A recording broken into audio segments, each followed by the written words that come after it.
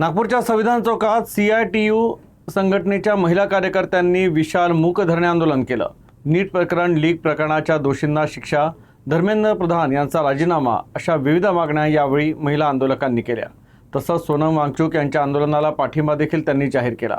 या सर्व स्थितीचा आढावा घेतला आहे आमचे प्रतिनिधी आशिष लामसोंगे यांनी। RBI चौकामध्ये आता सुद्धा प्रोटेस्ट सुरू आहे आणि आपल्यासोबत आणखी काही उपस्थित आहे। CITU हे संघटन आहे, त्यामध्ये सुद्धा बरेच लोक इथे आले आहेत। त्यांच्याकडून जाणून घेऊया त्यांचं काय म्हणणं आहे। मोदी सरकारच्या राजीनाम्याकरता, धर्मेंद्र प्रधानच्या राजीनाम्याकरता इथे बसलेलो आहोत। राजीनामा मागण्याच्या मागचं कारण असं आहे की 21 दिवसापासून जे नीट पेपर लीक झाले आणि लीक करण्याच्या मागे धर्मेंद्र प्रधान शिक्षा मंत्री हा मोठा आरोपी आहे आणि यांच्या नीतीमुळेच या देशातल्या 20 विद्यार्थ्यांनी आत्महत्या केलेल्या आहेत। त्यांच्या आत्महत्याबद्दल सरकार काही बोलायला तयार नाही। नीट पेपर लीकबद्दल सरकार काही बोलायला तयार नाही।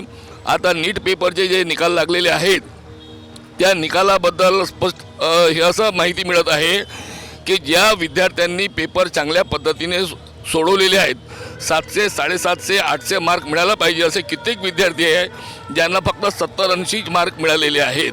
म्हणजे ही परिस्थिती या देशाची शैक्षणिक व्यवस्था खराब झालेली आहे।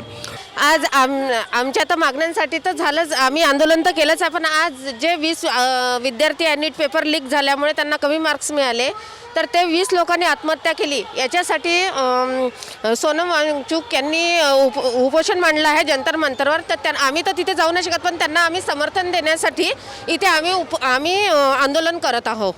CITU म्हणजे आमचं युनियन आहे आशा वर्करचं, बट आम्ही आज आपल्यासाठी नाही, आपल्या मुलांबाळासाठी बसलेलो आहे की आमच्या मुलांचे भविष्य अंधकारात गेले नाही पाहिजे। सोनम वांगचुक यांना न्याय मिळाला पाहिजे आणि प्रत्येक म्हणजे विद्यार्थी आहेत ते नीटच्या एक्झाममध्ये म्हणजे पेपर फूट झाली आहे तर त्यांना पण हा न्याय मिळाला पाहिजे। त्यांच्यासाठी आम्ही आज म्हणजे इथे येऊन बसलेला आहोत मूक मोर्चा।